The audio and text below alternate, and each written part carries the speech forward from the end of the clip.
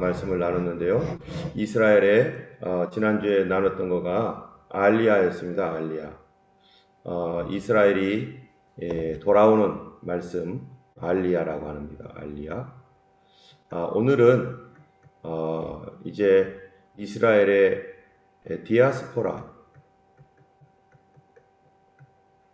이 디아스포라라고 하는 것은 이 흩어져 있는 거를 말하는 거죠. 이스라엘의 흩어짐, 그 원인, 무엇 때문이었는지, 그 흩어져서 일어났던 실상, 그들에게 어떤 일이 일어났었는지, 그 다음에 또 오늘날 우리에게 주시는 메시지, 우리가 무엇을 하기를 원하시는지, 이런 부분들을 오늘 우리 같이 나누려고 합니다.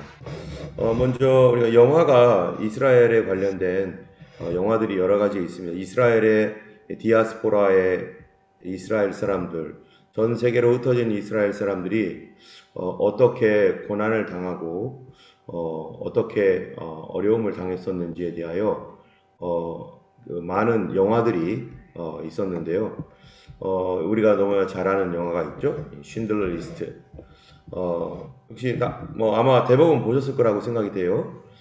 이 쉰들러 리스트의 이 쉰들러라고 하는 이 사람, 이 쉰들러라는 이 사람이 자기 공장에서 이제 이 유대인 이 독일 사람 독일인 공장에서 고용되어 있는 경우에는 이 사람들이 강제 수용소로 끌려가지 않는 그러한 것들을 알고서 이 사람이 모든 재산을 팔아다가 유대인들을 데려와서 그곳에 고용하고 그러면서 이 사람들을 보호해 주었던 그 내용 여러분들이 아마 잘 알고 계실 겁니다. 제2차 세계대전 당시에 있었던 그 참혹한 그 내용이죠. 유대인들 600만 명이 학살을 당했던 그 사건인데 이 신들러 리스트에 그 등장하는 수용소가 있잖아요. 그 수용소 소장입니다. 이 사람이 수용소 소장이고요. 이 사람이 전범으로 이렇게 잡혀서 45년 8월 29일 날 이제 전범으로 잡혀서 이제 사진을 찍은 것인데요. 이 사람이 그 당시에 이제 쉰들러 리스트의 교도소 소장으로 근무했던 사람입니다. 바로 이 사람이 쉰들러입니다. 여러분이 그 쉰들러 리스트는 많이 보셨겠지만 혹시 이 사람 사진을 못 봤을 수도 있는데요. 이분이 쉰들러예요. 그래서 이분이 사업가로서 사람들을 구하고 그래서 맨 마지막 단어 마지막 말이 그 금반지 하나 이렇게 주니까 내가 조금 더 살릴 수 있었는데 하면서 너무너무 아쉬워하고 괴로워했던 이분이 바로 이 쉰들러입니다. 네. 이분이 쉰들러 묘에 이렇게 써 있죠. 크리스천으로서 참 어려운 일들을 잘 감당해냈던 이분이 바로 쉰들러이고요. 그 다음에 또 이제 이번은 피아니스트라고 하는 이 영화를 혹시 보셨는지 모르겠어요. 이제 피아니스트가 유대인이에요. 유대인인데 이제 누구냐면은 이제 폴란드의 바르샤바에서 있었던 일을 기초로 해가지고 실제 사건입니다. 이런 일들이 실화를 바탕으로 다 이루어졌던 건데 이 폴란드에서 아주 유명한 피아니스트를 제가 이름을 잃어버렸는데 이 사람이 이제 그 주인공으로 나오는데요. 이 피아니스트가 그 전국적으로 인기를 얻은 아주 유명한 피아니스트였는데 독일이 폴란드를 침공하고 그러면서 독일 사람들이 폴란드를 점령한 뒤에 이 게토라고 하는 거 있죠? 이 유대인들만 살도록 이제 어떤 특정 구역을 만들어 가지고 이 게토를 만들어 놔서 유대인들을 그 한 곳으로 몰아놔 놓고 거기에서 생활하게 했던 그러면서 이제 자기 가족들 다 이 수용소에 끌려가서 죽고 유일하게 이 사람 이제 마지막 겨우겨우 살아남았는데 이 사람이 살 수 있었던 이유는 이게 또 독일군 장교가 이 사람의 피아노 실력을 보고 또 이 사람을 불쌍히 여겨서 먹을 것도 없는 이 상황에서 독일군 장교가 먹을 것도 갖다 주고 바로 이 그러면서 이제 이 사람이 겨우 살게 됐는데 나중에 이 독일군 장교는 이제 이 러시아가 소련이 침공해 왔을 때 그 독일군 장교가 이제 붙잡힙니다. 그리고 그 독일군 장교는 1953년인가요? 몇 년에 포로 수용소에서 죽게 되는데 그 독일군 장교도 쉰들러 리스트처럼 장교였지만 그 포로 수용소에 있었을 때 사람들의 형기를 감령해줘 가지고 빨리 탈출시키기도 하고 여러 방면으로 이 독일 안에서 이러한 그 장교들까지도 유대인들을 돕기 위해서 애를 썼던 그런 일들이 있었습니다. 어쨌든 유대인들이 엄청난 핍박을 당하는 그런 영화들은 또 지붕 위의 바이올린 뭐 이런 영화들도 아주 유명하죠. 이게 이제 참 너무 비참하게 개토에서 정말 굶어 죽어갈 수밖에 없는 유대인들은 밖으로 나가지도 못하고 한 장소에서 계속 살아갈 수밖에 없고 심지어 폴란드의 그 게토라는 곳에 그 조그만 곳에 50만 명이나 되는 전국에 있는 유대인들이 다 들어와서 50만 명이 거기서 살면서 정말 그 물자도 없는 상황에서 그렇게 고난을 당하며 살았던 그런 영화들 여러분이 만약에 좀 보시려면은 지금 이제 이 피아니스트 이런 것들은 아마 동영상으로 아마 충분히 보실 수 있을 겁니다. 완벽하게 다 보진 못하지만 아마 이제 해설을 첨가해 가지고 이렇게 한국 사람이나 뭐 또 영어로 이렇게 이러이러한 내용입니다라고 이제 보여주는 그런 영화 그 채널도 있더라고요. 그래서 쉰들러 리스트나 피아니스트 또는 뭐 지붕 위의 바이올린 뭐 이런 것들을 한번 보시면 그 당시에 유대인들이 어떤 어려움을 당했는지 간접적으로나마 이렇게 더 알 수 있는 그런 내용입니다. 그들이 왜 이런 일들을 당했었는가? 이들이 뭐 원인은 조금 있다가 얘기하겠지만 성경에는 이미 누가복음 21장 24절에 그들의 고난에 대해서 이렇게 말합니다. 우리 사모님께서 한번 읽어 주시겠습니다. 저희가 칼날에 죽임을 당하며 모든 이방에 사로잡혀 가겠고 예루살렘은 이방인의 때가 차기까지 이방인들에게 밟히리라.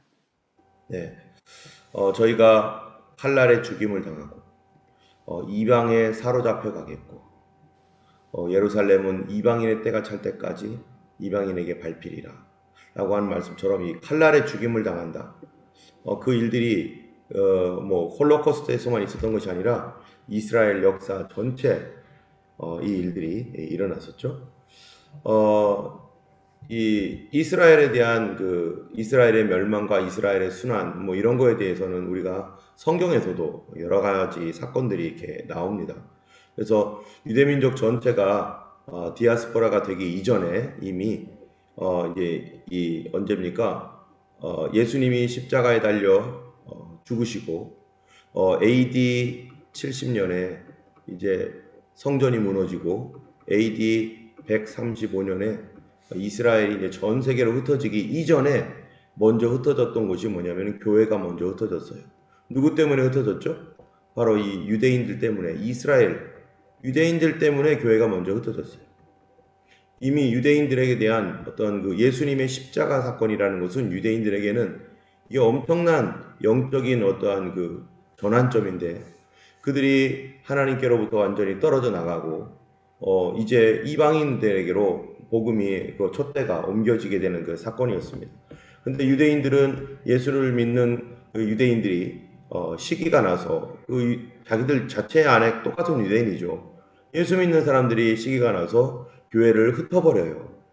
그런데 이 스테반의 순교 직후에 유대 그리스도인들에게 교회에 큰 핍박이 일어나서 유대 성도 전체가 유대 사마리아로 흩어지고 거기서 끝나는 게 아니라 이 유대인들의 복음 전해졌지만 베니게 국으로 안디옥까지 흩어지면서 그래도 여전히 유대인에게 복음을 전했는데 그러나 그 이상으로 로마까지 다 흩어져 가면서 복음이 전파되어지고 교회가 디아스포라가 되어서 유대인들에 의해서 박해를 받아서 전 세계에 흩어집니다.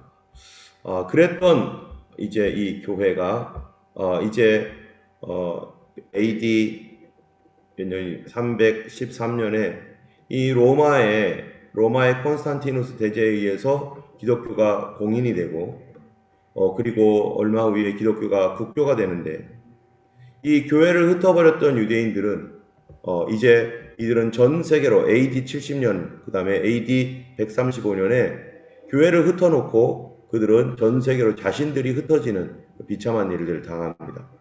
이런 거를 볼 때 하나님께서 이 교회를 굉장히 소중히 여기신다는 거예요.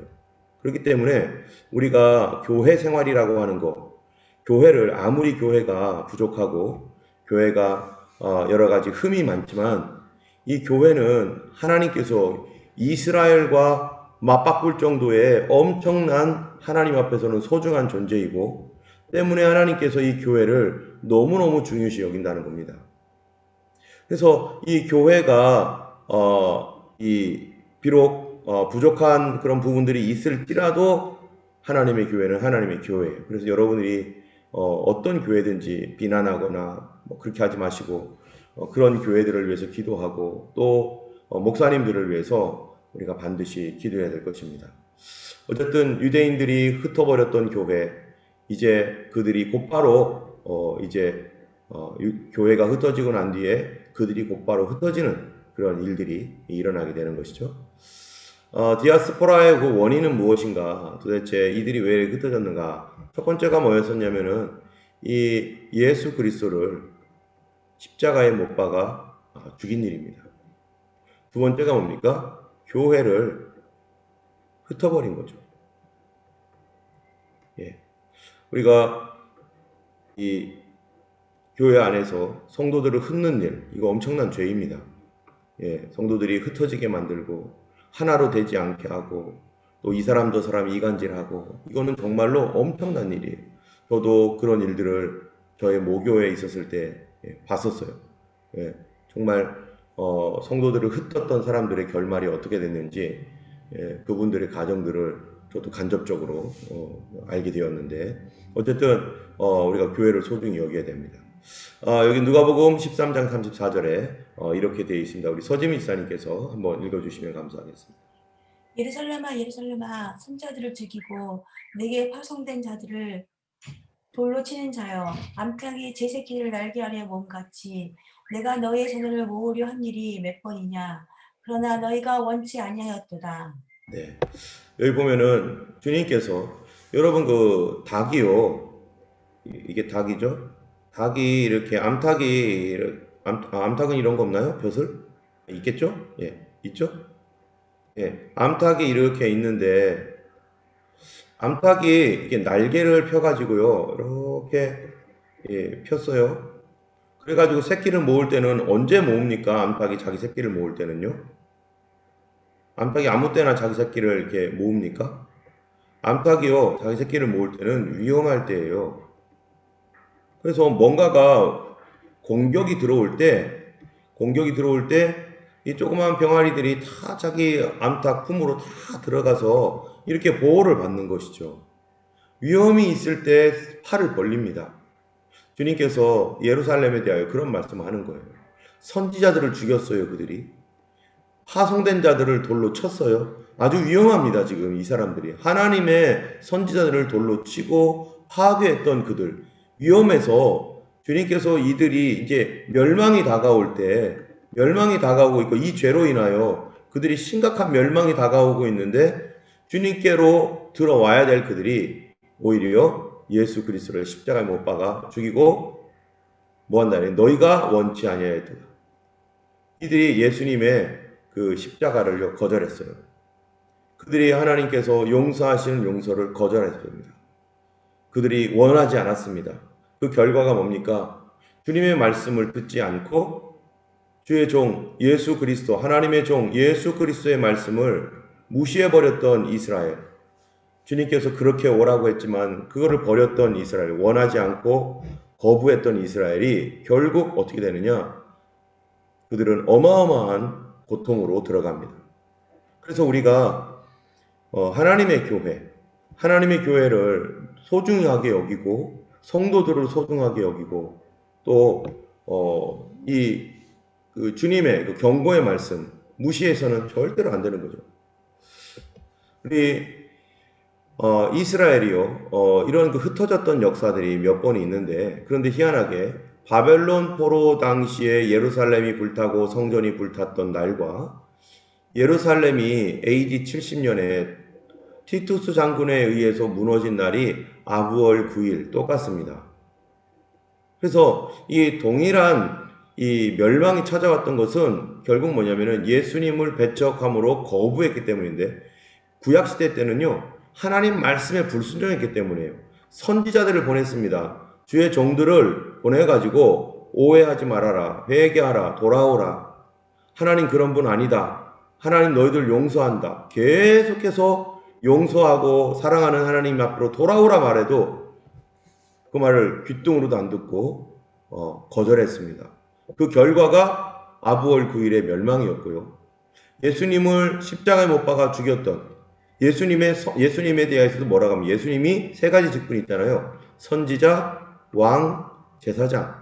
이 선지자, 왕, 제사장으로서 예수님을 그 모든 것을 근원 되시는 하나님의 아들이신 예수님을 십자가에 못 박아 죽임으로 그들이 멸망을 스스로 자초해서 동일한 날 멸망이 찾아오게 된 것은 하나님께서 이것이 하나님께로부터 온 것이다라는 것을 확실하게 보여주는 것이죠.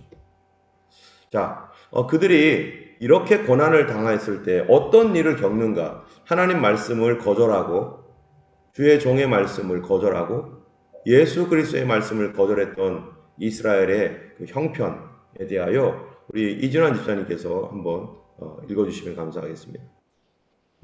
여호와께서 너를 땅 이 끝에서 저 끝까지 만민 중에 흩으시고 내가 그곳에서 너와 내 조상들이 알지 못하던 목석 우상을 섬길 것이라. 그 여러 민족 중에서 내가 평안함을 얻지 못하며 내 발바닥이 쉴 곳도 얻지 못하고 여호와께서 거기에서 내 마음을 떨게 하고 눈을 새게 하고 정신을 산란하게 하시리니 내 생명이 위험에 처하고 주야로 두려워하며 내 생명을 확신할 수 없을 것이라. 내 마음의 두려움과 눈이 보는 것으로 말미암아 아침에는 이르기를 아하 저녁이 되었으면 좋겠다 할 것이요 저녁에는 이르기를 아하 아침이 되었으면 좋겠다 하리라. 여호와께서 너를 배에 싣고 전에 내게 말씀하여 이르시기를 내가 다시는 그 길을 보지 아니하리라 하시던 그 길로 너를 애굽으로 끌고 가실 것이라. 거기서 너희가 너희 몸을 적군에게 남녀종으로 팔려 하나 너희를 살릴 자가 없으리라. 네, 살 자가 없으리라. 여기에 이 말씀에서 보는 것처럼 만민 중에 흩을 것이다. 이 예수 그리스도를 핍박하고 교회를 핍박했던 이 죄가요 엄청난 겁니다. 여러분, 교회를 핍박했다는 것은 곧 누구를 핍박한 겁니까? 예수님을 핍박한 것이죠. 교회는 예수 그리스도의 뭡니까? 몸이기 때문에. 이 엄청난 일에 대하여 이스라엘이 어떤 일들을 당하냐면요, 목석 우상을 섬길 것이고 여러 민족 중에 평안함을 얻지 못한 발바닥이 쉴 곳이 없어요.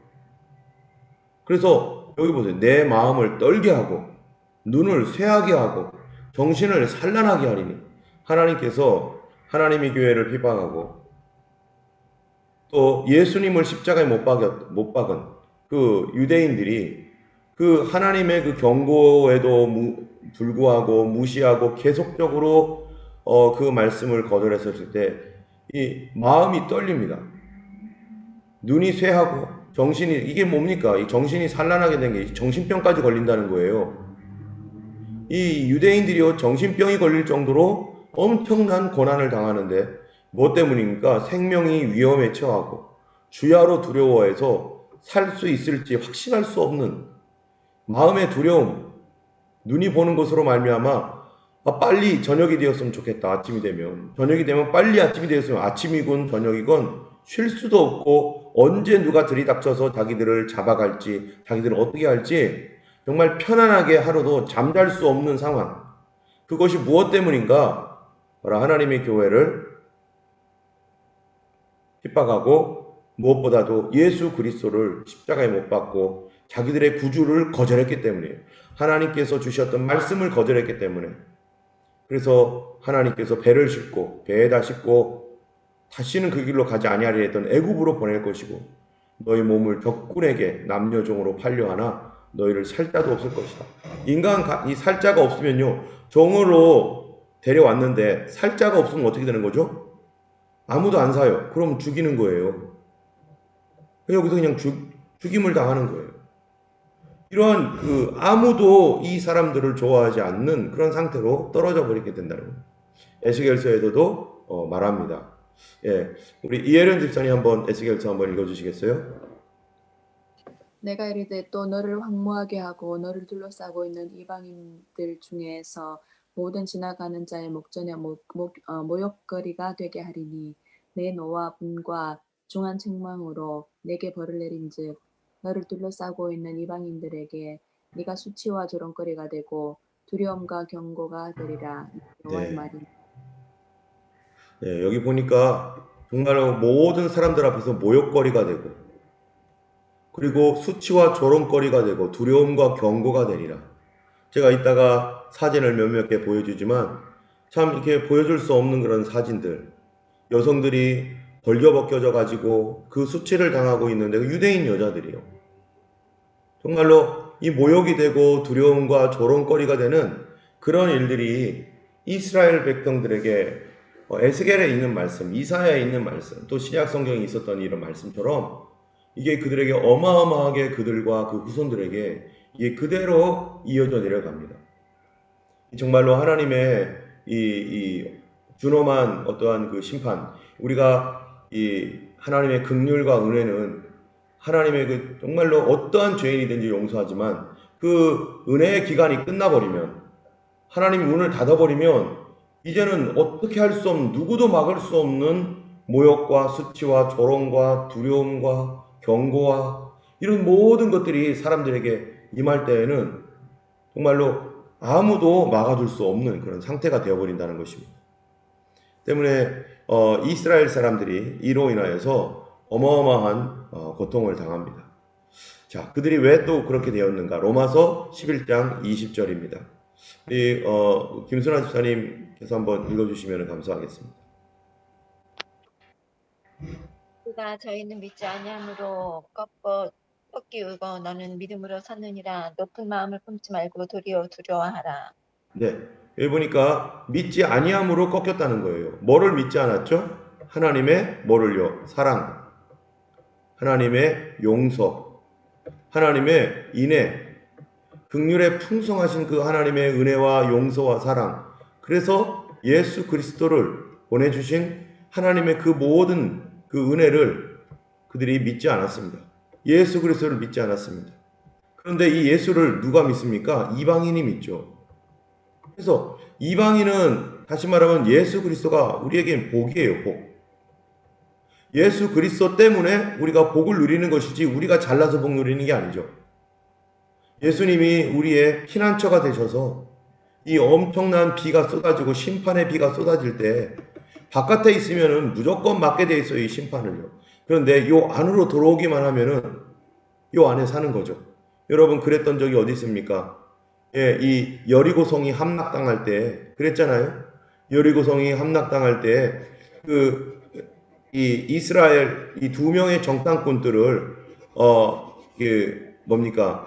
이 숨겨주었던 기생 라합의 집이 이렇게 있는데 기생 라합의 집에 뭐를 꽂아놨습니까? 붉은 깃발을 하나 달아놨죠. 그래서 유대인들이 이스라엘 사람들이 약속하기를 이 성이 무너질 때 쳐들어갈 때 이 붉은 깃발 아래로 다 모여라. 그럼 이 안에만 있으면 구원받는다. 그러나 이 바깥으로 나가면 모두가 다 죽을 것이다. 우리에겐 책임 없다. 그것이 뭡니까? 출애굽할 때도 마찬가지였잖아요. 출애굽할 때 이 문이 있는데 여러 가지 같은 집에도 문이 있지만 여기에 뭐가 있어야 돼요? 문설주에 피가 발려져 있어야 돼요. 피가. 문설주에 피가 바른 집, 그 피가 발라져 있는 집 안에 있는 사람들은 누구든지 살지만 그 피가 없으면 그냥 죽음의 사자가 들어와서 여기에 첫 번째 아들을 다 죽이는 거 아니었어요? 그게 어디에도 해당됩니까? 이 왕궁도 마찬가지였잖아요. 왕궁도. 왕궁에 있었던 왕도 첫 번째 아들이 죽는. 바로 이 믿음이라고 하는 것 얼마나 중요한지 모릅니다. 믿음으로 우리의 운명이 달라져요. 운명이. 내가 믿느냐 믿지 않느냐 이거 세상에서는요 아무것도 아닌 것 같지만 이거는 내 운명입니다. 내가 하나님의 말씀과 하나님의 사랑을 믿음으로 영접하느냐 아니면 그거를 거절했느냐. 이것이 내 인생과 내 가정과 내 삶에 완전히 터닝 포인트를 만드는 거죠. 그러므로 유대인과 이방인의 다른 점은 이방인은 믿었다는 거예요. 이방인은 믿었으므로 섰고 그 믿지 아니함으로 꺾이운 동안에 이방인들은 서 있었습니다. 그래서 이 이방인들이 섰다라고 하는 거. 그래서 이방인의 때예요. 이제 이방인의 때. 지금이 이방인의 때인데 이 유대인들은요 사라졌어요. 역사 속에서. 그런데 지금 1948년 4월 18일 날, 5월 18일 날, 14일 날 참 이스라엘이 다시 새롭게 나왔다라고 하는 거는요 무슨 의미입니까? 이방인의 때가 거의 이제 끝났다라는 겁니다. 이제 우리는 어느 시대를 살고 있느냐? 이 마지막 시대를 살고 있는 거예요. 이방인의 때가 믿음으로 지금까지 꺾였는데 지금 어떻습니까? 현재 이 교회의 상황이 교회가요 배도를 하고 있어요. 배도를. 예수님을 지금 점점 버리고 있어요. 예수님으로부터 처음 신앙으로부터 엄청 떠나고 있어요. 그런데 유대 국가가 1948년에 세워지고 이들은 점점점 예수님을 조금씩 더 믿고 있고 이런 상황에 우리는 지금 엔드 타임에 와 있습니다. 우리가 지금 정신 차리지 않으면요. 우리가 어느 날 갑작스럽게 우리를 데리고 오실 예수님의 그 나팔 소리를 듣지 못할 수 있어요. 우리가 깨어서 기도해야 됩니다. 이방인의 때가 다 끝났습니다. 자, 이 환란의 실상을 한번 보면은요. 이스라엘 사람들이 이렇게 이제 AD 70년과 135년에 이 흩어지면서 전 세계로 흩어졌습니다. 초기에는 이 프랑코 왕국 시대나 이럴 때는요. 유대인들이 삶이 그냥 괜찮았어요. 살아가는 것들에 대하여 보장을 받고 별 문제가 없었습니다. 그런데 이제 11세기에 이 십자군 전쟁이 일어나고 12세기에 봉건주의가 더 강화되면서 그리고 어떤 일이 생기느냐 우리가 지난 주일날 얘기했던 것처럼 한 국가의 정신적 통일, 신앙적 통일이 이루어져야 되는데 여기에 유대인들이 살아요. 근데 유대인들이 사는데 이 유대인들은 어떠냐면요. 이 사람들은 다른 민족하고 섞이지 않습니다. 이 자기들의 독특한 종교를 가지고 있어요. 안식일을 지키죠. 또 음식 결례 다 있죠. 이 자기들끼리밖에 못 살아요. 이 사람들은. 어디를 가든지 자기들끼리 뭉쳐 있어야 되는데 그러다 보니까 자기들끼리 살다 보니까 다른 데에서 별로 안 좋아하는 거죠. 유대인들에 대한 시각이 안 좋죠.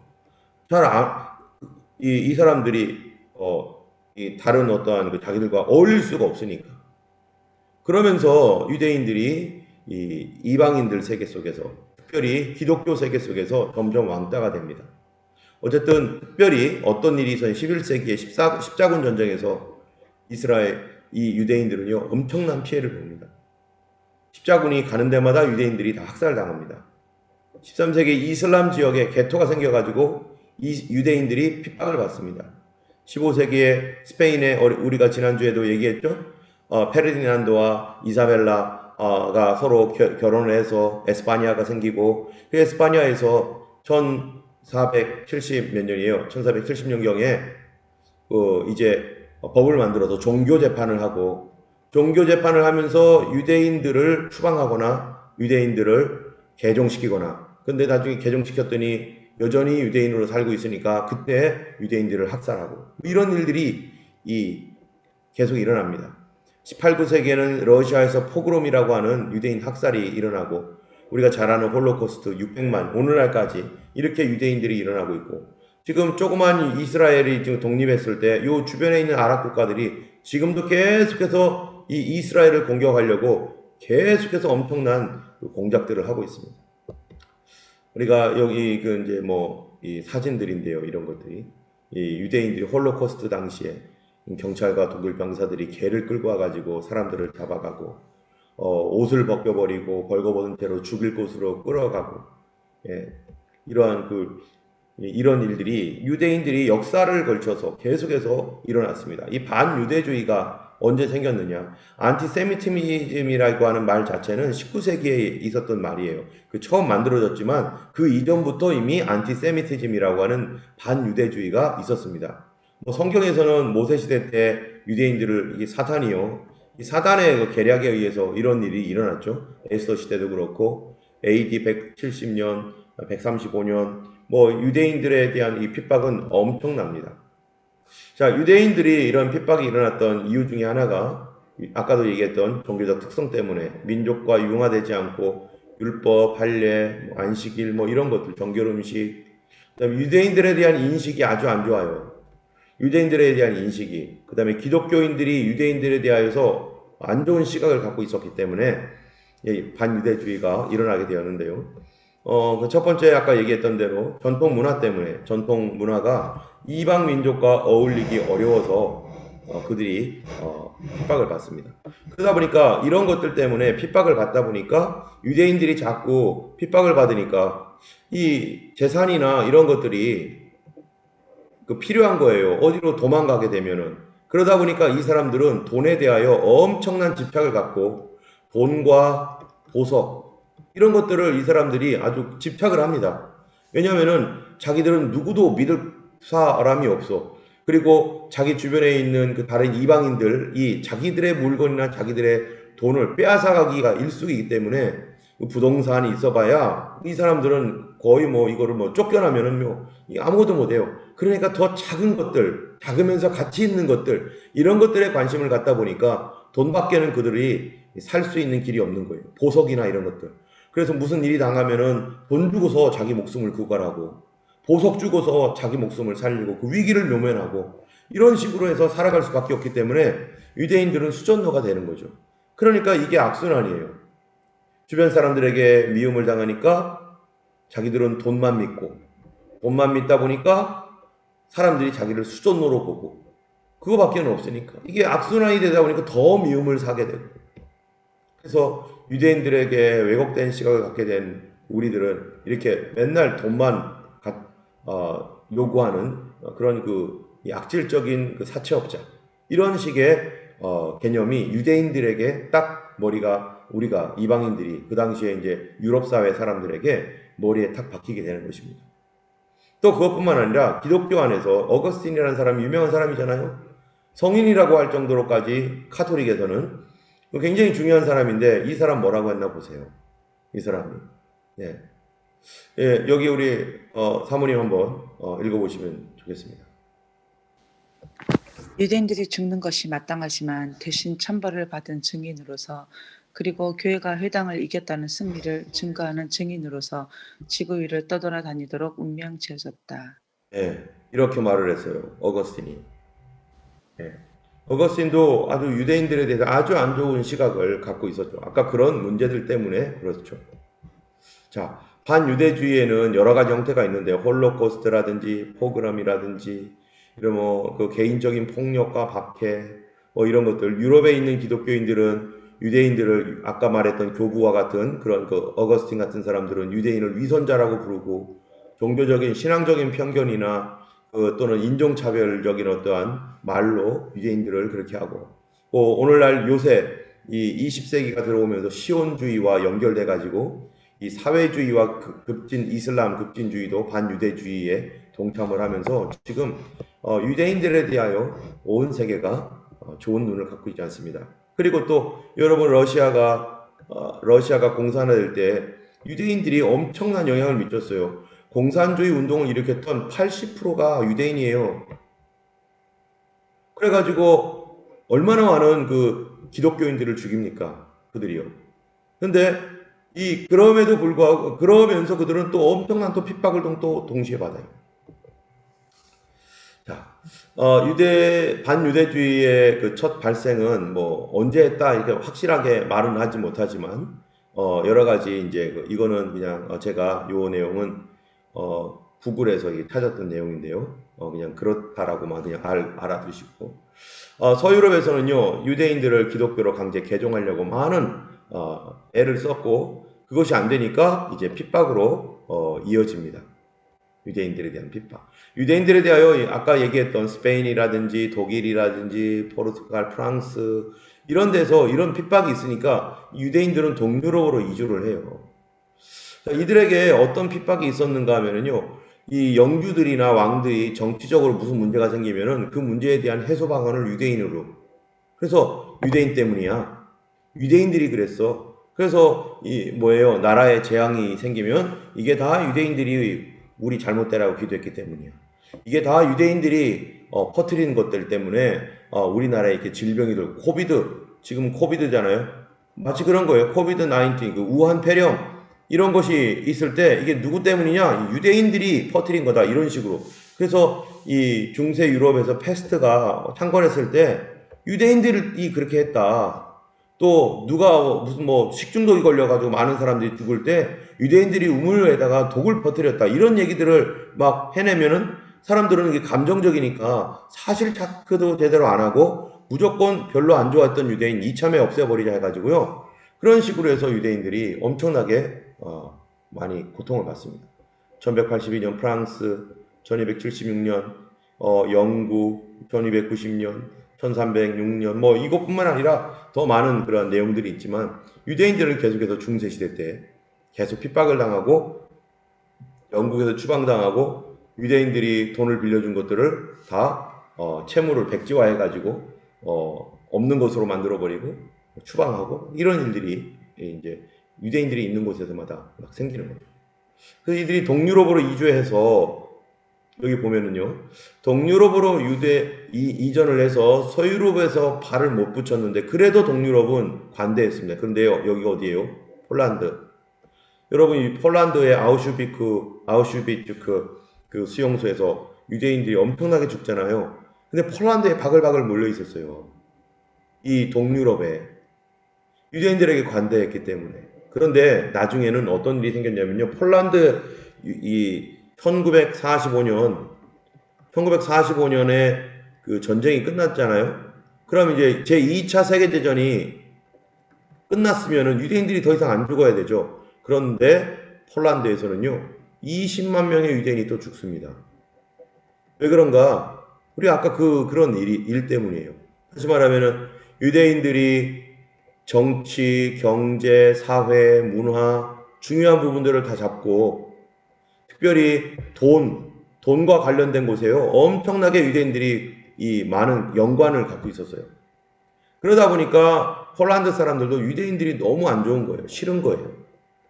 그래서 결국 폴란드 사람들이 유대인들을 핍박을 합니다. 전쟁이 끝난 뒤에. 겨우겨우 살아났는데 겨우 살아남은 사람들을 또 핍박을 해가지고 엄청난 숫자를 또 이 폴란드에서 죽입니다. 그러니까 유대인들이 가는 곳마다 계속적인 핍박이 끊어지지 아니하고 계속 이어져 나가는 거예요. 특별히 우리 십자군 원정을 보면은 십자군 원정 때 예루살렘으로 여기에 십자군 원정이 여기서 시작되면 예루살렘으로 가는 길에 유대인 마을이 있으면요 마을마다 유대인 마을을 표토화시키고 나가고 예루살렘을 점령했을 때 유대인들을 회당에 모아놓고 다 불살르고 그런 일들을 많이 했습니다. 특별히 교황 우르반 2세라는 사람이 있어요. 이 사람이 1905년에 이 클레르몽 공회를 열어가지고 이제 성지를 탈환하자. 예루살렘이 무슬림들에 의해서 이제 이렇게 점령당했으니까 성지를 탈환하자 해가지고 십자군을 일으키는 일을 해요. 그런데 이 사람이 뭐라고 하나 보세요. 여기에서 기독교를 보호하기 위하여 이단자를 죽이는 것은 십계명에 살인하지 말라 이거에 해당되지 않는다. 이게 지 맘대로 이 카톨릭이 자기 맘대로 이런 식으로 말을 변경시켜버려요. 이단자를 죽이는 걸 합법화하죠. 그러니까 이때부터 이 십자군에서요. 주변에 살고 있는 유대인들, 왜 유대인들을 핍박을 하냐면은 유대인들이 돈을 많이 갖고 있거든요.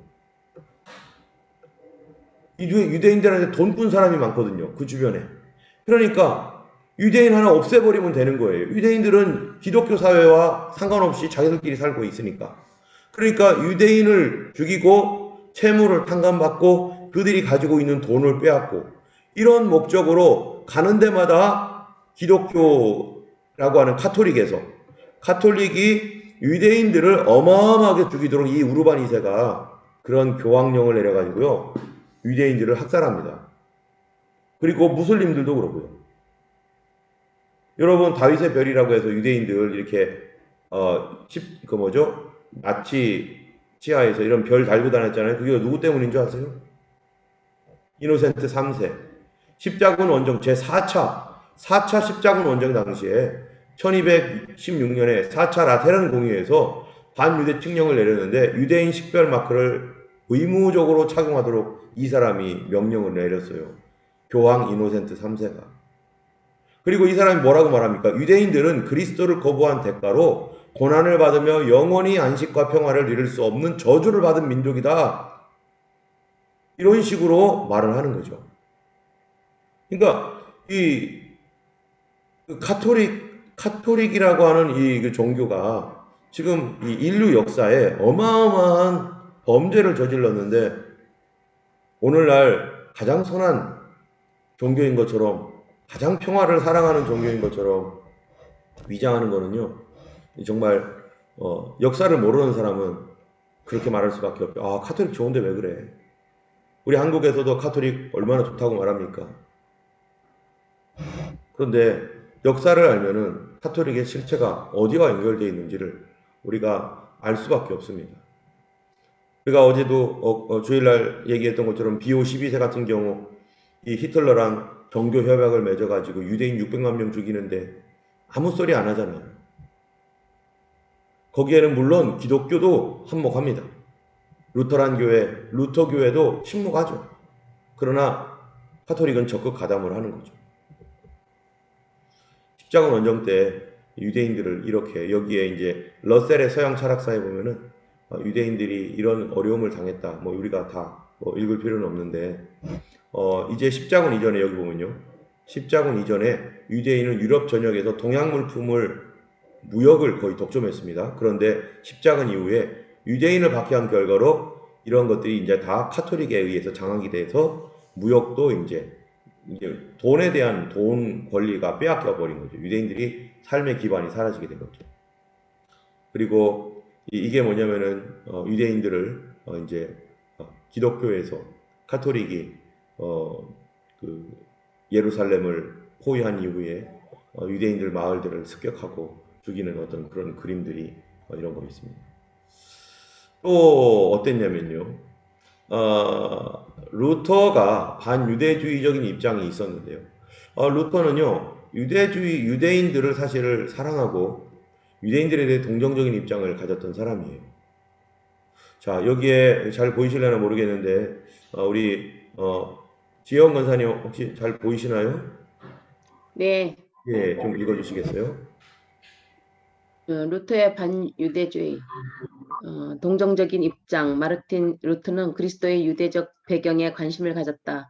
그리고 유대인들이 기독교로 개종하지 않는 것에 대하여 그것은 유대인의 잘못이 아니라 그들에 대한 기독교인의 태도라고 지적한다. 선교적인 관점에서 기독교 교회가 같은 종교를 가진 유대인 형제에게 너무도 악한 모습을 보이고 오히려 그들을 핍박함으로 유대인들이 교회에 등을 돌리게 되었다고 반성하였다. 그렇죠? 좋은 얘기했죠? 계속요.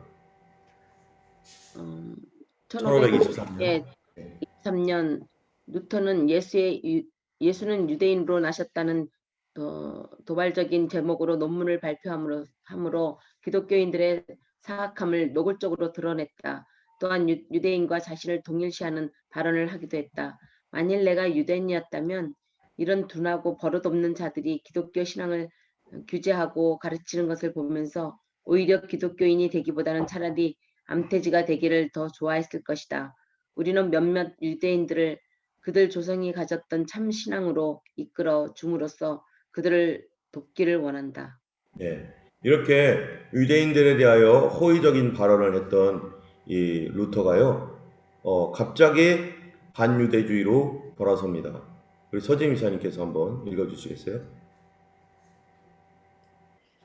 그러나 루터는 두려운 반유대주의로 180도 돌아서는 유대인들과 그들의 거짓말에 관하여 라는 글을 발표한다. 그는 이 글에서 유대인이 해당을 불사르고 그들을 죽이고 매장하고 해당을 무너뜨리고 탈무드를 빼앗으라고 주장하며 갑자기 유대인 탄압을 선동한다. 루터의 이런 주장은 전혀 나타나지 않다가 19세기 초반 유대주의가 기승을 부리던 독일에서 기독교 사회노동당 대표인 아돌로 슈테이커에 의해 널리 퍼져나갔고 나치에 의해 파급되었다. 이 사람이 아돌프 슈테커, 이 공산주의자라고 할 수 있죠. 기독교 사회노동당이니까. 이런 그 사회주의적인 이런 사람들이 이제 그 루터의 이러한 그 글들을 인용을 해가지고 이 나치즘에 이거를 전파를 해줍니다. 그래서 나중에 나치 전범들이 유대인들을 왜 죽였느냐라고 이렇게 할 때 우리가 예전에도 한번 봤죠. 만약에 내가 유죄라면 루터 박사가 유죄다. 나는 루터 박사가 쓴 글대로 했을 뿐이다. 뭐 이렇게 얘기할 정도로 마르틴 루터도 유대인들에 대하여 처음에는 굉장히 호의적이었다가 완전히 나중에 반유대주의로 돌아섭니다. 그래서 우리 김종철 감독이 루터의 모습으로 루터의 실상에 관한 그러한 그 영화를 만들어서 발표하기도 했는데요. 저는 안 봤는데 아마 한번 보시면은 루터의 또 다른 면을 우리가 알 수 있을 것 같습니다. 참 어쨌든 이러한 그 반유대주의가 기독교 안에서도 유명한 사람들 사이에서 그러한 것들이 막 퍼져나갔죠. 근래에 드레피스 사건 우리가 지난번에 한번 제가 얘기를 했었기 때문에 아실 겁니다. 지난주에 우리가 이 내용을 했었죠. 이 드레피스라고 하는 이런 그 프랑스 이 군인인데 이 사람이 반역을 했다라고 하는 이 누명을 안고 있었었는데요. 그것이 이제 결국에는 이제 반유대주의 운동을 일으키는 이 어디입니까? 프랑스의 반유대주의 운동을 막 전체적으로 일으켰어요. 이 사람이 범인이 아님에도 불구하고 독일의 스파이라고 하는 어떤 그 누명을 쓰고 이제 재판을 받았는데 그것이 아님에도 불구하고 사람들은 반유대주의가 계속해서 기승을 부립니다. 이거에 대하여 에밀 졸라 여러분 들어보신 분 있을 거예요. 그죠? 에밀 졸라라는 사람이 나는 고발한다라고 하는 이 책을 발표했는데요. 이 사람이 이 발표한 다음에 곤욕을 치렀어요. 우리 마성훈 시장님께서 한번 여기에 있는 내용을 좀 읽어주시겠어요?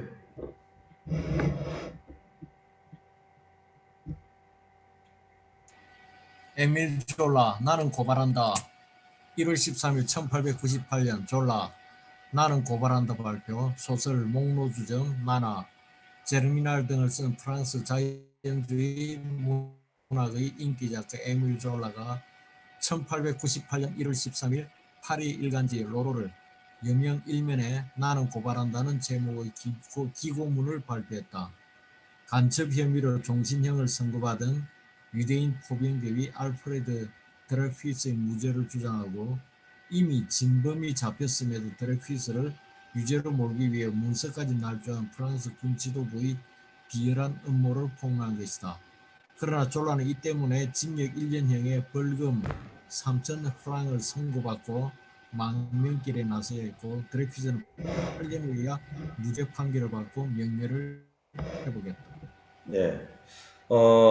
이 에밀 졸라 너무나 유명한 작가인데 이런 사람들이 이런 얘기를 하니까 프랑스 자체가 이 사람에게 오히려 징역형을 선고하고 벌금을 때리고 정말 그 나라가 이 정의롭지 못하고 바른 그 결정을 내리지 않죠. 지금 대한민국이 그러잖아요. 예, 말도 안 되는 이유로 지금 윤석열 총장이 정말 이 나라가 정말 너무 참 한심하고 참 말도 안 되는 이 문재인 정권 정말 너무 참 뭐라고 말해야 될지 모를 정도의 상황입니다 지금. 어쨌든 이 어떤 사람들이 그 누군가를 반대하고 누군가를 싫어하면 법도 뭐도 아무것도 없는 거예요.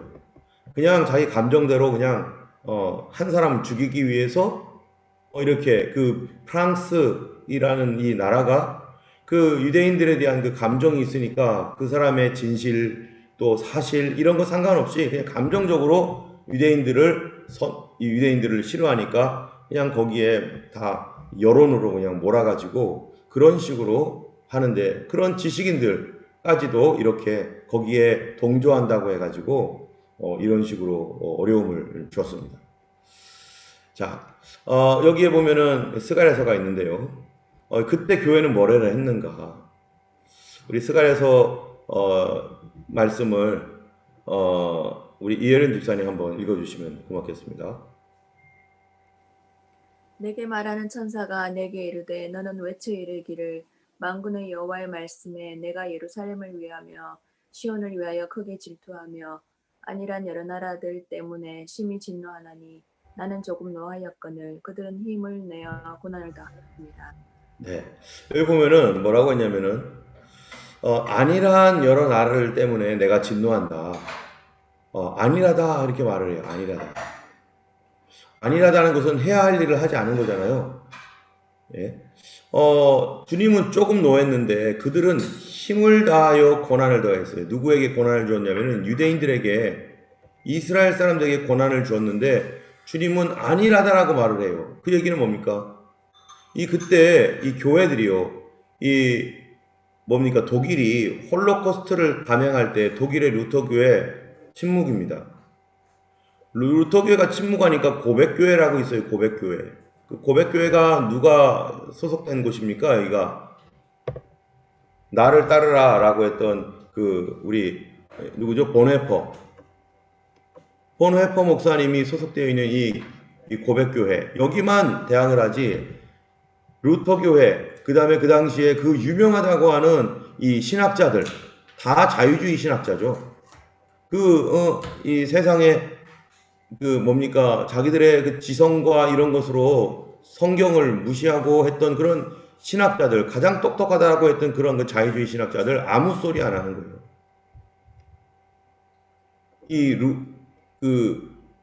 히틀러가 그렇게 2차 세계대전 당시에 그런 범죄를 할 때에도 히틀러가 구세주라고 말했으니까요. 그게 이 도덕주의 종교의 아주 특징입니다.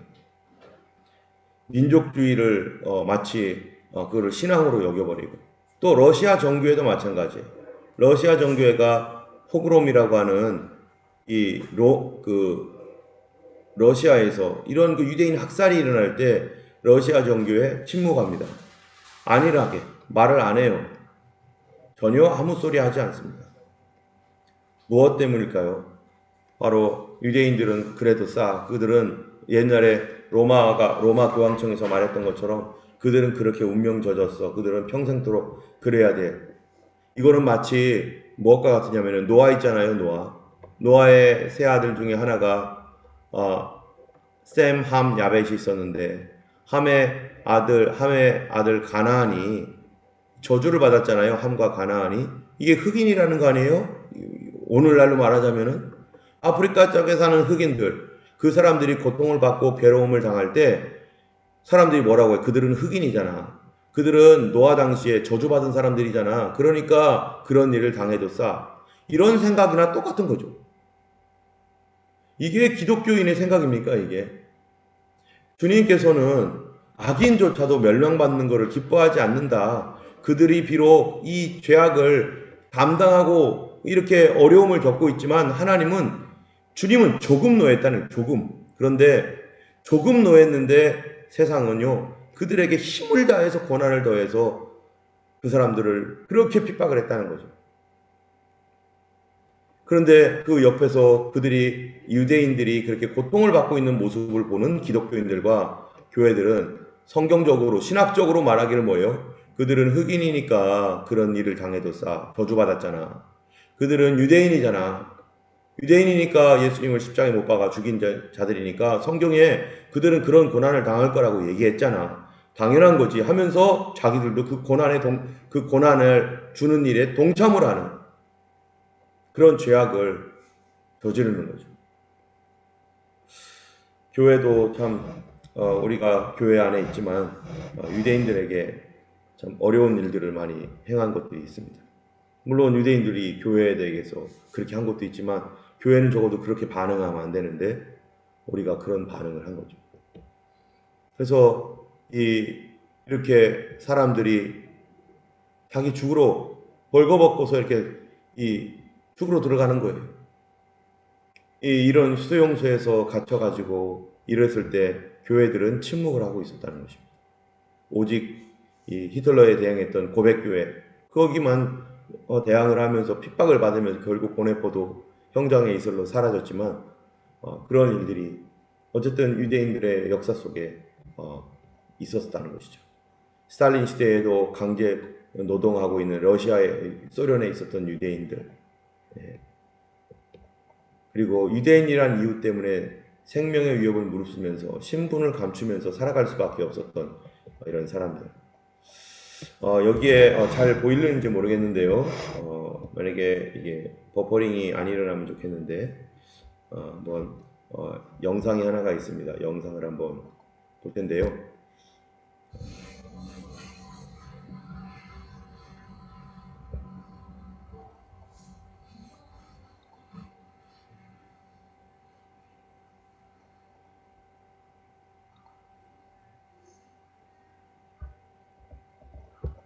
소리 들리나요? 네. 네. Брата убили за то, что еврей. Двоюродного брата, я не знаю, такой. Я говорю, какая же это еврейская там фамилия, даже не знаю. Еврейская, да. Ну, вот уходит, говорит, вот Штейнмах, что это у тебя такая, это самая еврейская фамилия? Давай бить его. Там, ну, видно, что по тете прямо, Испитый, да, что, ну, и он говорит, что его били за это. Вот, То есть так он был избит? То есть... он был избит, ну, не знаю. Как выйду на улицу, так мне летом в спину. Эти камни летят, сейчас снежки по мне летят. Видел, что на окна написано было? Не я же писала. Я приду, и жидовка, и еврейка, и жидов убивать надо. Прямо меня вот проверяют на это. Вот я хочу еще увидеть свои законы к евреев. 네. 유대인들이 지금도 방금 거기는 러시아에서 살고 있는 유대인들 핍박을 받고 있는 그런 사람들입니다. 이런 일들이 지금도 우리가 알지 못하는 사이에 계속해서 일어나고 있죠. 그렇다면은 왜 이스라엘이 회복되어야 되는가? 그 원인이 무엇인가 하면요. 여기 세 가지 것들을 있는데 우리 같이 한번 읽어보겠습니다. 시작. 하나님께서 그들을 버리지 않으셨기 때문이다. 두 번째로는요. 이스라엘이 회복되지 않으면 구원의 완성이 없다. 세 번째는 선교의 완성은 예루살렘이다.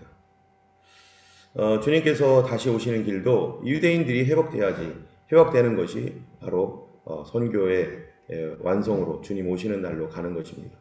우리 우리 이사야서 49장 15절에서 17절을 우리 이혜연 집사님께서 한 번 더 읽어주시겠어요? 여인이 어찌 그 젖먹는 자식을 잊겠으며 자기 태에서 난 아들을 긍휼히 여기지 않겠느냐. 그들은 혹시 잊을지라도 나는 너를 잊지 아니할 것이라. 내가 너를 내 손바닥에 새겼고 너의 성벽이 항상 내 앞에 있나니 네 자녀들은 속히 돌아오고 너는 헐며 너를 황폐케 하던 자들은 너를 떠나가리라. 네, 이스라엘이 그들의 범죄로 말미암아 어려움을 당하고 이방 민족들은 이스라엘에 대하여 힘을 다하여 고난을 주고 그러지만 하나님은 그 이스라엘을 바라보는 그 하나님의 마음은 그들을 결코 잊지 않을 것이다라는 거죠. 혹시 여인이 젖먹는 자식을 잃어버리는 한이 있어도 나는 너를 잊지 않겠다. 내가 너를 손바닥에 새겼고 항상 보고 있다는 것입니다. 그렇기 때문에 핍박받고 고난받고 있는 유대인들을 볼 때 우리도 같이 거기에 동참해서 그 일을 하게 된다면은 우리 하나님 아버지의 마음을 모르는 거죠. 그들을 바라보면서 우리는 긍휼한 마음을 가져야 되고 그들을 불쌍히 여기고 하나님이 잊지 않고 있기 때문에, 하나님이 그들을 사랑하고 있기 때문에 여전히. 그래서 우리가 이스라엘을 위해서 기도해야 되는 겁니다. 자, 예레미야 31장 35, 36절을 우리 이진환 집사님 한번 읽어주세요. 여호와께서 이와 같이 말씀하셨느니라. 그는 해를 낮의 빛으로 주셨고 달과 별들을 밤의 빛으로 정하였고 바다를 뒤흔들어 그 파도로 소리치게 하나니 그의 이름 만군의 여호와니라. 이 법도가 내 앞에서 패할진대 이스라엘 자손도 내 앞에서 끊어져 영원히 나라가 되지 못하리라. 여호와의 말씀입니다. 네, 이 해가 낮을 비추고 있고 달과 별들이 비추고 있는데 이것이 만약에 없어지면 나도 이스라엘 없애겠다. 이게 없어집니까? 우리 시대 가운데 해, 달, 별들이 없어지지 않잖아요. 바다의 파도가 끊어지면 나도 이스라엘 자손 없애겠다. 그런데 바다의 파도가 없어지지 않잖아요. 하나님은 이 법도가 내 앞에서 패할진대 결코 패해지지 않죠. 그러면 이스라엘도 내 앞에서 끊어지지 않을 거다. 영원히 있을 것이다. 이걸 반대로 여기서 해석을 해야 되는 거죠. 하나님은 이스라엘을 기억하고 있고요. 오늘 우리가 해야 할 것이 바로 이스라엘을 긍휼한 마음으로 바라보고 그들을 어떻게 하면 도울 수 있을지, 그들을 위하여 기도해야 할 그 유일한 하나님께 응답할 수 있는 존재가 누굽니까? 바로 하나님 말씀을 믿는 성도들밖에 없습니다. 이 세상에 어떤 나라가 그 일을 하겠습니까? 이사야서 54장 7절에서 10절입니다. 우리 사모님 한번 읽어주세요. 내가 잠시 너를 버렸으나 큰 긍휼로 너를 모을 것이요 내가 넘치는 진노로 내 얼굴을 내게서 잠시 가렸으나 영원한 자비로 너를 긍휼히 여기리라. 내 구속자 여호와께서 말씀하셨느니라. 이는 내게 노아의 홍수와 같도다. 내가 다시는 노아의 홍수로 땅 위에 범람하지 못하게 하리라. 맹세한 것 같이 내가 내게 노하지 아니하며 너를 책망하지 아니하기로 맹세하였느니 산들이 떠나며 언덕들은 옮겨질지라도 나의 자비는 내게서 떠나지 아니하며 나의 화평의 언약은 흔들리지 아니하리라. 너를 긍휼히 여기시는 여호와께서 말씀하셨느니라. 네, 이스라엘이 이와 같이 하나님께서 그들을 어떻게 여기신다는 거예요? 긍휼히 여기신다. 그리고 너를 모을 것이다. 긍휼히 여기실 것이다. 노아 홍수와 같이 노아 홍수 이후에 다시는 홍수로 멸망하지 않게 할 것이다 라고 하신 것처럼 우리는 이 이스라엘에 대하여 우리가 이 일들을 행하실 하나님 이 말씀대로 행하시옵소서. 하나님께서 이 일을 행하시옵소서 하며 우리가 이스라엘을 위해서 기도해야 되는 것이죠. 이스라엘이 잘나서가 아니라 하나님 말씀 때문이에요. 이스라엘 축복하는 것이 이스라엘이 축복받을 짓을 하고 있기 때문이 아니라 하나님 백성으로서 하나님께서 또 약속하셨기 때문에 우리가 하나님을 사랑하고 하나님 말씀을 믿는다면 하나님의 일이기 때문이죠.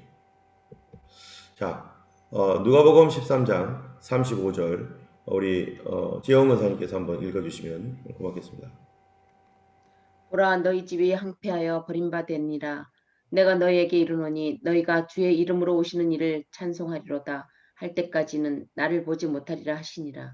예, 여기 보면은요 34절이 누가복음 13장 34절이 뭐냐면 예루살렘아 예루살렘아 내가 암탉이 새끼를 모으듯 너희를 모으려 한 적이 몇 번이더냐. 그러나 너희가 내게 오기를 거절하였도다. 그러면서 하시는 말씀이 보라 너희 집이 이제 황폐를 당하여 버림받으리니 되리라 하면서 너희가 주의 이름으로 오시는 이를 찬송하리라 할 때까지 나를 보지 못하리라. 자, 그러면은 이스라엘이라는 나라는 주의 이름으로 오시는 이여 하면서 찬송을 할 날이 온다는 거죠. 그때까지는 나를 보지 못한다. 그러면은 바로 예루살렘아 예루살렘아 하면서 탄식하면서 네가 이방인의 때까지 빗밟히게 되는 그 예루살렘이 이렇게 황폐하여 버림받았는데 이제 언젠가는 그들이 예수님을 영접하여 주께로 돌아올 날이 올 것이고 그때 되면 주님을 그들이 보게 될 것이다. 이게 바로 예수님의 마지막 재림을 말하는 것입니다. 때문에 이 이스라엘의 회복은요 예수님 재림과 너무너무 중요한 아주 관계를 갖고 있기 때문에 우리가 예수님을 믿고 우리가 참된 그리스도인으로 주의 재림을 사모한다면 이스라엘에 대한 관심은 너무나 중요한 거예요. 이스라엘을 위해서 기도하는 거는요. 자, 마태복음 10장 23절입니다. 우리 서지미사님께서 한번 읽어주시기 바랍니다. 이 동네에서 너희를 핍박하거든 저 동네를 피하라. 내가 진실로 너희에게 이르노니 이스라엘의 모든 동네를 다 다니지 못하여서 인자가 오리라. 예, 여기 인자가 오리라라고 했는데요. 주님께서 오시는 때죠. 분명히 이게 재림이죠. 예수님의 재림이 이스라엘의 모든 동네를 다니지 못하여서, 주님께서 이 이스라엘의 모든 동네라고 하는 것은 여기가 이스라엘이 아니라 전 세계 지구가 이렇게 있으면 이 지금 복음이 서양으로 해가지고 미국을 거쳐서 지금 아시아를 해서 이스라엘로 오고 있는데 여기에 무슬림 지역이 꽉 들어차 있죠. 무슬림 지역이 꽉 들어차 가지고 여기에 지금 계속 중국을 통해서 이렇게 계속 복음을 전하고 한국에서 미국에서 복음을 전하지만 이쪽에 계속해서 많은 영적인 도전과 싸움들이 있습니다. 이스라엘은 더 견고한 진이에요. 이스라엘이 예수 믿는 것은 무슬림이 예수 믿는 거하고는 더 달라요. 무슬림들도 원한과 이런 것들이 있지만 이 사람들이 예수 믿는 거하고 이 유대인들이 예수 믿는 거하고 엄청 다른 거죠. 그렇게 엄청나게 교회로부터 직접적인 핍박과 많은 일들을 당했기 때문에 유럽 사회에서, 그리고 만약에 그들이 예수를 믿는다라고 하는 것은 그건 민족을 버리는 것이고 가족을 버리는 거나 마찬가지이기 때문에. 근데 주님 말씀에 이스라엘의 모든 동네를 다니지 못하여서 인자가 오리라. 주님께서 이스라엘의 동네가 이스라엘까지 끝까지 복음이 전파되는가? 주님 오신 뒤에 휴거와 그 다음에 재림이 다르죠. 주님이 오신답니다. 이스라엘 모든 동네를 다니지 못하여서 분명히 주님께서 하나님의 백성들을 휴거의 그 길로 인도하시고 또 엄청난 이 마지막 때의 어떤 어려움 통해서 이스라엘이 더 돌아오게 되고 그리고 주님이 지상으로 재림하시고 하는 것을 우리는 기대합니다. 자, 또 로마서 11장 1절 29절 이 말씀 같이 한번 전체적으로 같이 읽어보겠습니다. 그러므로 내가 말하노니 하나님이 자기 백성을 버리셨느뇨? 그럴 수 없느니라. 나도 이스라엘이니요 아브라함의 씨에서 난 자요 베냐민 지파라. 하나님의 은사와 부르심에는 후회하심이 없느니라. 하나님은 자기 백성을 버리셨습니까? 그럴 수 없느니라. 자기 백성을 버리지 않으셨다는 거예요. 그럴 수 없다. 무화과 나무의 비유를 배우라. 가지가 연하여지고 잎사귀를 내면 여름이 가까운 줄 아느니 이와 같이 너희도 이 모든 일을 보거든 인자가 곧 가까이 문 앞에 이른 줄 알라. 지난주 말씀과 같이 무화과 나무는 뭡니까? 바로 이게 이스라엘입니다. 이스라엘과 예수님의 재림은 뗄래야 뗄 수 없습니다. 이 말씀에 반응할 수 있는 것은 어디예요? 교회밖에 없어요. 이 말씀. 우리 이 비디오도 잠깐 보겠습니다. 만약 당신이 성경을 공부했다면 오늘날 하나님의 관심이 정말로 이스라엘에 있다는 것을 잘 알 것입니다. 이 모든 시작은 수천 년 전 아브라함에게 했던 언약이며 그를 향한 하나님의 신실한 약속이죠. 아브라함에게 주신 그 땅은 오늘날 분쟁 지역입니다. 그러나 그것은 근래 하나님이 하시는 일에 초점이 맞춰진 땅이죠. 지금도 약속의 땅을 준비하시는 것, 그리고 선택한 백성을 모으시며 사방에 있는 모든 자녀들과 특별히 북쪽 땅의 민족들을 부르시는 일입니다. 하나님은 이 일이 그 민족에게 하나님됨을 마지막으로 보여주는 큰 증거가 될 것이라고 말씀하셨습니다. 생각해 보십시오. 2000년 동안 그곳에 거주하지 못한 2, 3세대에 동화되었어야 할 백성들이 다시 그 땅으로 돌아와 건물을 짓고 그 땅을 번성시킬 것입니다. Волнуешься здесь оставлять, жалко, жили сколько и привыкли. А там новая жизнь. Все говорят, очень хорошо там жить, и у нас, конечно, настроение очень радостное. В восторге вообще, как сон. Ну, ждем всего самого лучшего. Я считаю, как бы едешь уже домой, действительно тебя там будут ценить как человека. Ну, как бы зов крови с одной стороны, а с другой стороны тяжелое положение здесь.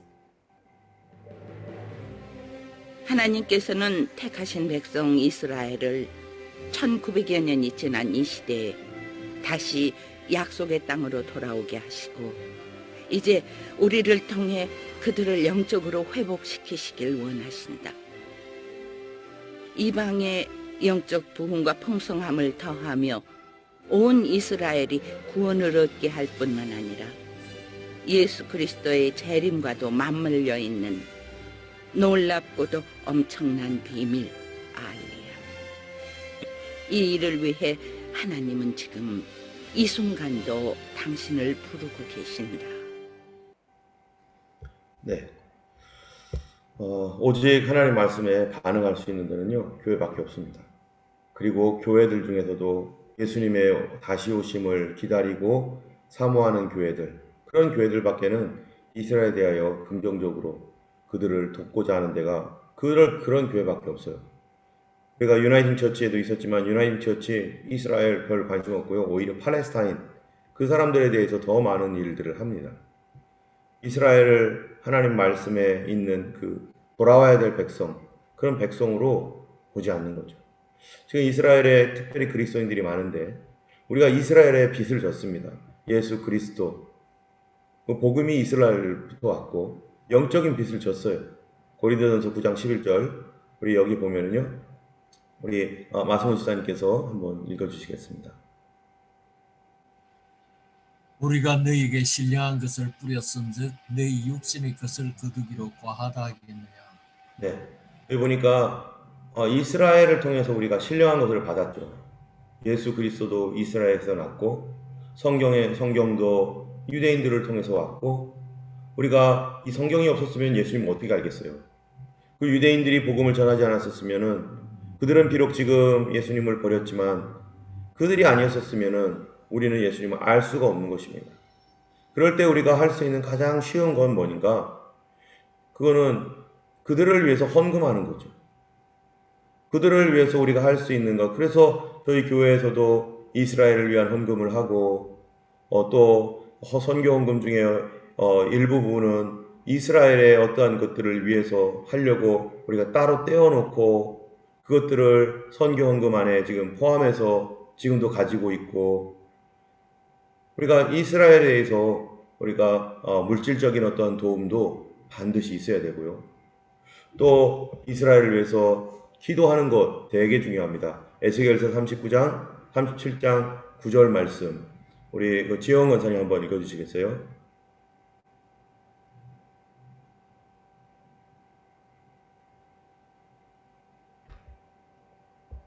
또 내게 이르시되 인자야 너는 생기를 향하여 대언하라. 생기에게 대언하여 이르기를 주 여호와의 말씀에 생기야 사방에서부터 와서 이 사망을 당한 자에게 붙어서 살게 하라. 불어서 살게 하라 하셨다 하라. 예, 생기가 뭡니까? 이 이스라엘을 살릴 수 있는 생기. 오늘날 이스라엘이 다시 살게 하시는 분은요, 이 요엘서에 있는 말씀처럼 마지막 때가 되면 내 영을 내 남종과 여종에게 부어줄 건데 너희 자녀들은 예언할 것이고 청년들은 환상을 보고 아비들은 꿈을 꾸리라 하셨던 것처럼 이스라엘이 다시 살려면은요, 하나님의 성령이 역사하셔야 되는 거예요.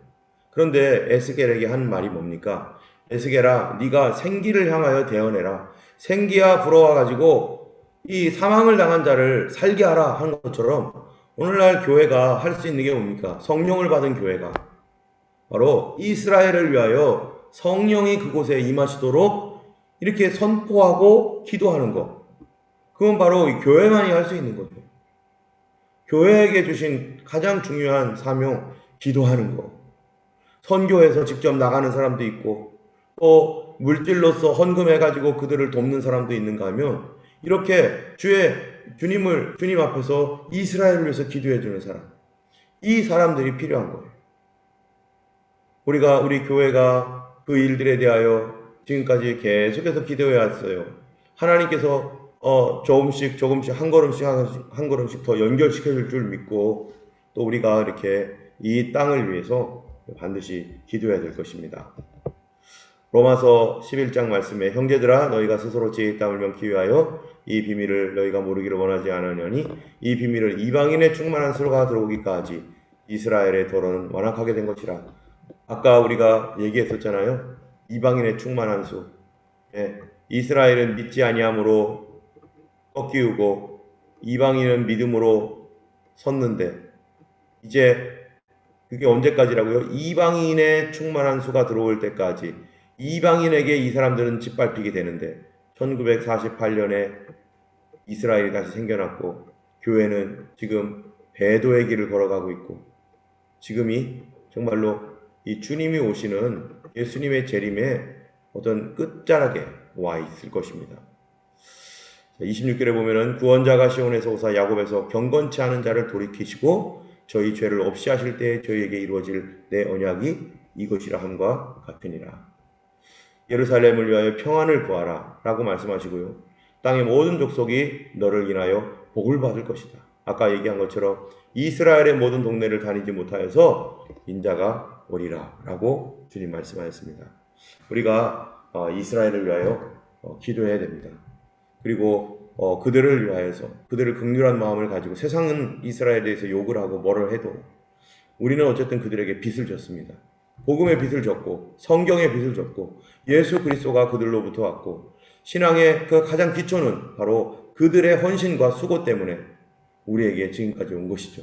그렇다면 우리가 그들을 위해서 이제 기도해주고 그들을 돕고 또 그들을 축복해야 할 그런 당연한 사명이 우리들에게 있는 것입니다. 이 시간에 우리 그 이스라엘에 대해서 생각하면서 잠시 우리가 잠깐 기도했으면 좋겠습니다. 우리 마성훈 집사님께서 찬양 혹시 틀어주실 수 있으면 오늘 말씀 가지고 잠깐 여러분들 마음속에 주셨던 마음이 있다면은 그걸 가지고 같이 기도했으면 좋겠습니다.